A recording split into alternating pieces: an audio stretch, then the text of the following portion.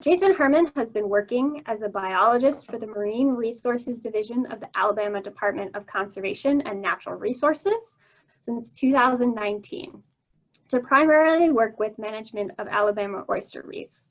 His main duties include annual public reef assessment, harvest monitoring and planning, implementation and monitoring of oysters and reef restoration projects. He is also involved in the permitting process for private individuals who want to establish oyster farms or leases in Alabama water. So I'm going to let him speak and give his presentation on Alabama oyster management and recent and future oyster restoration projects. So go ahead. Well, thank you for letting me present today. I did want to make a quick correction. I've been here longer than 2019. I've been here since 2009. So apologies. No, that's fine. That's fine. I've got a few more years under my belt, but I'm not going to repeat the introduction, but I work for Alabama Marine Resources and deal mainly with oyster work. So I want to start with why oysters are important first. I usually always start with this because I don't know exactly who I've got in the audience. A lot of folks think oysters, they think one of two things: eating them and getting pearls out of them. Of course, we're talking about Chrysostrea virginica, the eastern oyster. While they do produce some pearls, they're not the high quality pearls of the oysters that would meet the needs for the jewelry market. We eat our oysters. So we certainly like them stewed and fried and steamed. And so since we like to eat all of our oysters, we've got to have somebody get those. So it's very important for our harvesters, the commercial fishery. When the reefs are looking good, they can do pretty well out there. But when we have oyster reefs that are in decline, they have a tough time making a living. Hopefully, most of those folks will have a secondary thing that they can make a living on, but not always. And they're the ones that work the hardest or work very, very hard to bring your oysters to your table. They are important because it's not just the oysters themselves, it's the fact that they are a reef, they form a habitat. So a lot of our commercially and recreationally important finfish and invertebrates, they spend time foraging on those reefs. The little nooks and crannies are teeming with life, teeming with prey. And so they do provide a service for those things that we don't necessarily think of directly. And then the reefs themselves, the structure of the reefs themselves, the oysters themselves, they filter water, can be up to 50 gallons per day. But their reef structure can actually stabilize the shoreline. They can break down that wave energy, keep people from losing their land in different things. They protect our marsh habitats, seagrass habitats. Again, seagrasses, very important for our juvenile and larval fish. We need to protect those, and oyster reefs do play a part in protecting those. Those fish we like to catch and eat. They have their larval stages within these marsh grasses. So if you got high wave energy and it's just eroding everything away, you lose those nursery grounds. So marine resources, our role in this, we are one of two agencies that manage our oyster reefs and harvest on our oyster reefs. Marine Resources has a biological side, which I'm part of. These are our biological folks, and then an enforcement side. Our biological side is a large part of that is data collection. We try to maintain a database, and we've been doing this since 1981 to present, of not just the commercially important species and the recreationally important species, but we try to monitor everything from large to small in our marine waters, so we can monitor some key species and see what changes they're going through throughout the years, different weather events and things can make different indicator species spike or degrade. As far as oyster management, we are involved in surveying the reefs and looking at the density on the oyster reefs and monitoring the harvest of those oyster reefs so that we can make management decisions. The enforcement, they're out there making sure that folks are fishing where they're supposed to fish, not fishing, where they're not supposed to fish, making sure that their gear is up to code, making sure that they're not harvesting fish that are too small. So they're very important for enforcing those.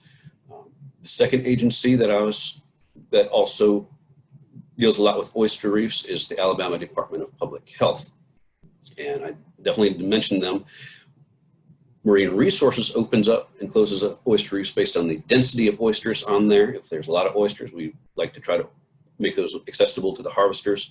But the Health Department will open and close reefs based on health-related consumer risk factors, whether it's point solution, high river flow, which could mean it's bringing a higher count of fecal coliforms through the water. And so the Health Department will open and close reefs based on those things. Now, the Health Department's closures trump all of our closures, but we don't consider it as trumping that. We enforce all of their closures.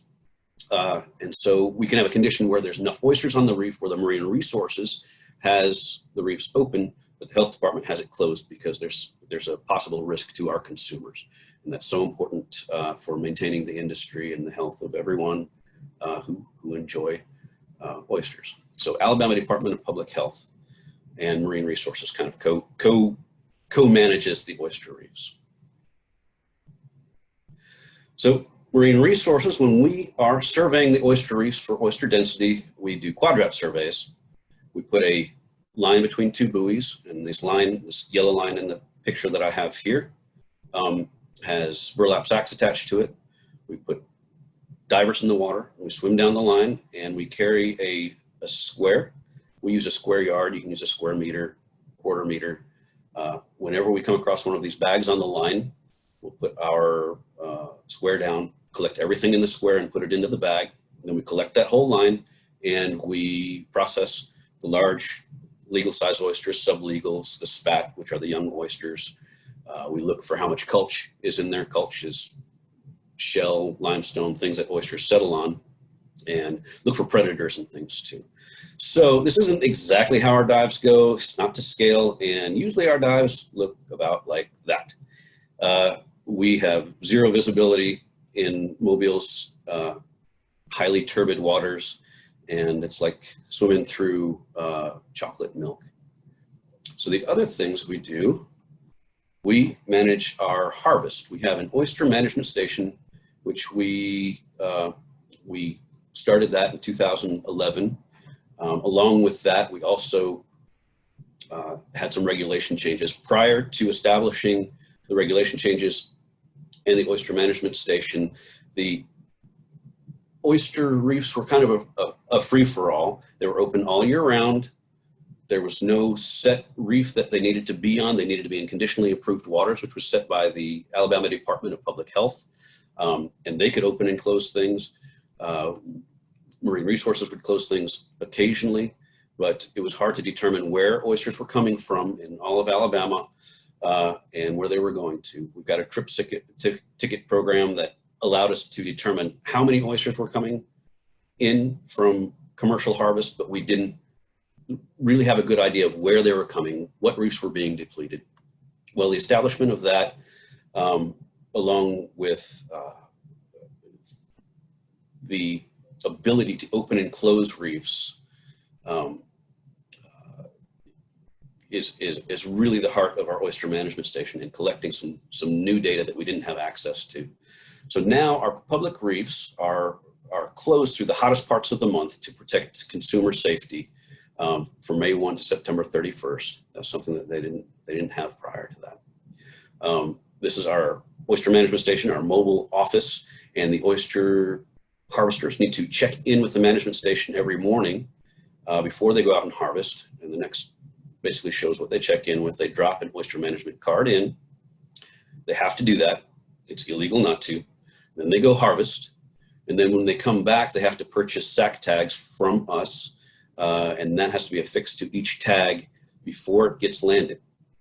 So they come back to the station to get their card, to buy these tags, and then to give us information about, of course, who they are, how many sacks they've harvested for the day, what reefs they were on, if there's multiple reefs open, and what dealers they're taking them to. This is information that we really didn't have a good idea, from what reef to what dealer. We didn't have that before, and now we've got that. And the benefits of this oyster management station, there's a lot of them, really to consumer safety. If somebody eats a bad oyster and gets sick, we can track that oyster from the restaurant to the dealer. We can track it back to the reef and to the individual harvester, and that's something that we couldn't do before. Even we can track it back to the trucks and things that were delivering them, making sure that they were following all of their protocols and things. So we can promptly remove bad oyster sacks from the industry before additional people get sick. Of course, that's working with the health department, and our enforcement helps to confiscate oyster sacks that have an issue to them. It's beneficial to our oyster industry. Prior to this, when somebody got sick, we didn't have a good idea of where the oysters came from. So a lot of times, everything that was harvested during a certain period of time needed to be thrown out by the dealers.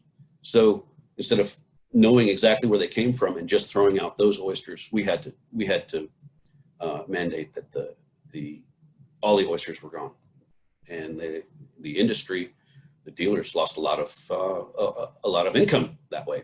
So now we have a better chance of pinpointing affected oysters and allowing the dealers to sell oysters that we can track and say, oh, those weren't even part of this, so they're good to sell, and go for it. The other thing is to the oyster reefs. I'd mentioned being able to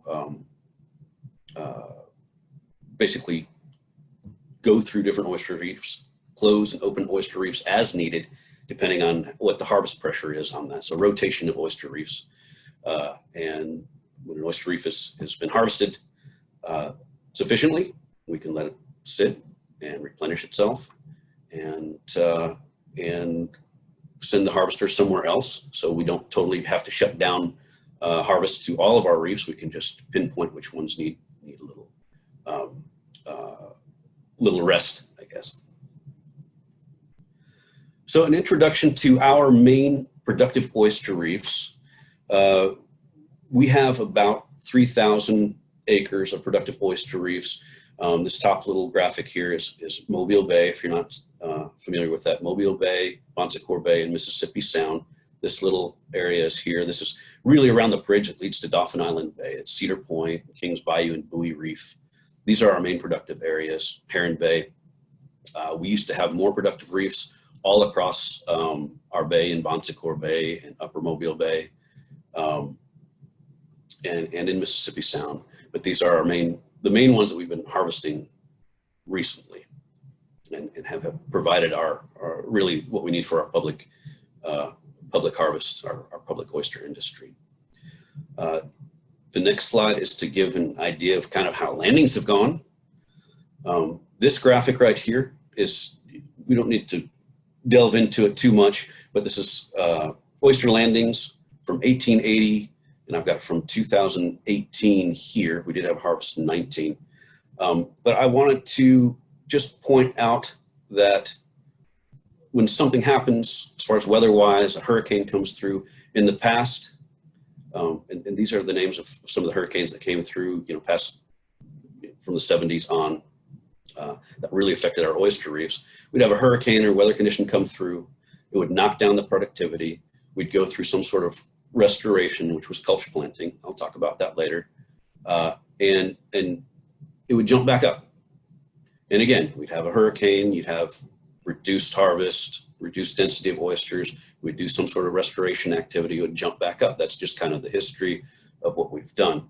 Well, we've had hurricanes Ivan and Katrina cause siltation and physical problems to the reef, and there's some other issues which I'll speak about, but they've caused, we're sitting in on a decade of not seeing that pattern after a lot of restoration activities. We're not seeing that pattern of the reefs jumping back up. So we're racking our brains and trying different things. This next graphic is basically just a close-up of the later years, 1980 through 2018. This does include harvest off the private reefs. In 2018, that's definitely all we had, because we didn't even open up our public reefs in 2018. But it's just a close-up, just to show, a hurricane goes through, we have some restoration activity, it pops back up, but we're dealing with, over a decade of drought, or a decade of low density on our oyster reefs here. So something's different, and we're hoping it'll get back to, historical levels, but it just appears that something's different. So here's the main things that have affected us within the last, 15 years. We've had Hurricanes Ivan and Katrina really knocked out the reef, silted over a lot of our main harvested areas. We've also had a drought since 2005, and the drought itself isn't that big of a deal. Oysters can handle, saltier water and higher temperatures and things like that, but it's increased the average salinity of the water. And that's really allowed the oyster drill, the snail here, is just a natural predator of the oysters, to really lock into those reefs and just decimate the reefs. Normally we'd have enough river flow outside of these drought conditions that would wash some fresh water over the reef and control these drills. Once they get below 10 parts per thousand, they can't take it, they die. So they've just been decimated. We'd see on all of our oyster reefs, we would see the eggs just carpeting everything. Oyster drills, we call them drills because they drill all these little holes and can access the meat into the oysters with their radula. And they were everywhere. 2005, 6, 7, 8, they just carpeted everything. And I think a lot of the other Gulf states had the same issues. We've got, of course, everybody, part of this talk is about the Deepwater Horizon oil spill. I'm not going to spend a lot of time talking about the exact numbers of the assessment of how our oysters were damaged. I do want to talk about the assessment process through the National Resource Damage Assessment Program. All the Gulf states were involved with federal agencies to assess the damage on all of our fisheries. And part of the assessment results gave us estimates of not just the oysters that were killed outright by direct contact with oil, but also the oysters that would never be produced in the near future because those oysters died too. So it's not just, those assessments are not just those oysters that touched oil. It's the oysters that are affected down the line, and that increase the difficulty of us bringing our populations back. So that's really what I want to touch on with the oil spill and the NRDA sampling. So the other things that affect us when it's not drought and high salinity, sometimes we'll get too much rainfall in one small area and it will knock us out. Basically, this is fresh water that totally killed the oysters outright. Killed the drills, that's good, but it kills the oysters outright. And when it's coupled with low oxygen, the red in the bottom are days of low oxygen during the hottest parts of the month. The oysters get a double, triple whammy, and they just can't survive. That was 2017. We got knocked out. 2019, we still see some low salinities and low oxygen, but they're not paired together. And we actually had a pretty good oyster season in 2019. So our projects, and I'm going to go through these pretty quickly because I'm already over my time. Our main projects are Cultch Planting, our historic restoration projects. We would put oyster shell, limestone, other things down to be a substrate for oyster larvae to settle on and grow. They have got to have something out there. They generally just don't settle on mud and sand. There's a few mud oysters out there, but this is what we spent most of our efforts and funding on. And historically, this worked. You put shell out there, oysters have a place to settle. They come out and they come back over time. The other thing we do is relays. All that is moving oysters from high areas of high concentration to help oysters that need restoration. Seed planting. We had hatchery raised oysters. This is from, Bill's going to be talking. This is from the Auburn Shellfish Lab. We got a lot of oyster seed from them, donated seed. They just donated to the state when they had surplus. And we put it out in areas that we thought were best for survival to them. So that can just help boost a certain area. And then remote setting of oysters, that's where you raise larvae in a hatchery setting. Thank you to Auburn again. And we let them set on shell or other Cultch material within a tank system, raise them up to a certain size. And this little graphic shows little oysters that are growing on all this shell that are in these cages, in these tanks. And it just gets them past their most vulnerable early life stages. I'm going to go through these really quick. The take home for the next slides are just to show how much Cultch material we've put in the EDRP project. This is from Hurricanes Ivan and Katrina, grant money to put Cultch material down in all of these spaces that are indicated here. NIFWIF, National Fisheries Wildlife Foundation, 2014 and 2016, we put almost 50,000 cubic yards in. That's also fall of 14, we put another 10,000 cubic yards of part of the NIF, 11,000 cubic yards in part of the NIFWIF program. We did some other experimental studies, cultivating. I'm not going to talk too much about that. And we checked to see how our remote set oysters would do on our main reefs. And then we planted a lot of, I got to give kudos to Auburn Shellfish Lab. They produced a lot of seed, and they gave us a lot of seed, and when they had surplus from all of their operations and projects, and we were able to plant those and hopefully give some boost to some of our areas. This is our NRDA sites, our NRDA plantings in 2015. We planted 65,000 cubic yards. I'm going to go real quick over those. And so what is the status of the Alabama's oyster reefs after all of that planting? Well, this graphic kind of shows our harvest through the oyster management station. And the take home for this is to see that it's declining. And it's been declining even after the plantings in 2014. The number of sacks per season, really this is the best indicator to look at in this table right here. This is sacks per day, how it gets translated and quantified. And it shows that it just kept dropping. No matter what we were putting out there, it kept dropping. And we actually had a good season in 2019. So we're hopeful that we're on a continued upward swing. But we're evaluating other things to do besides straight Cultch planting, where we just planted on the bottom.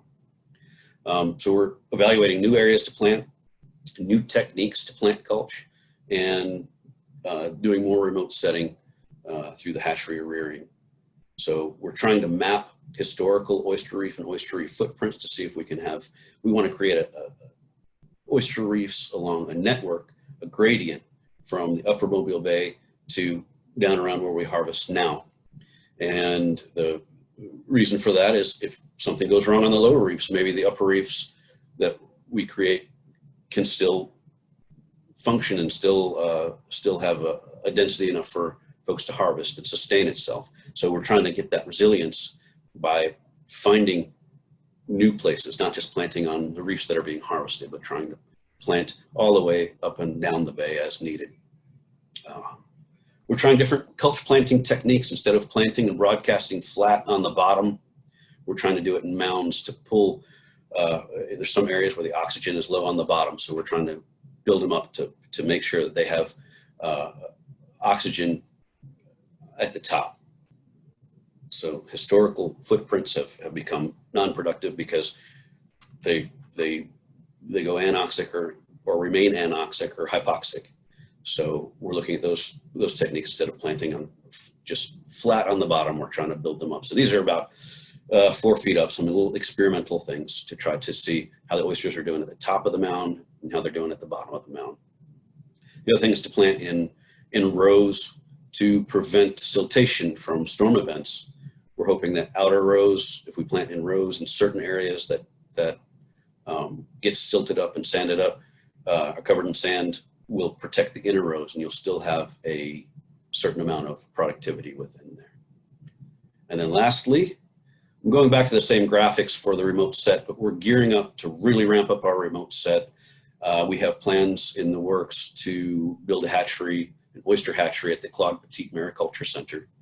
They're going to rear our larvae to bring back over to our Dauphin Island site. That's the Cultch Planting Gulf Shores, our Dauphin Island site, to do the remote set.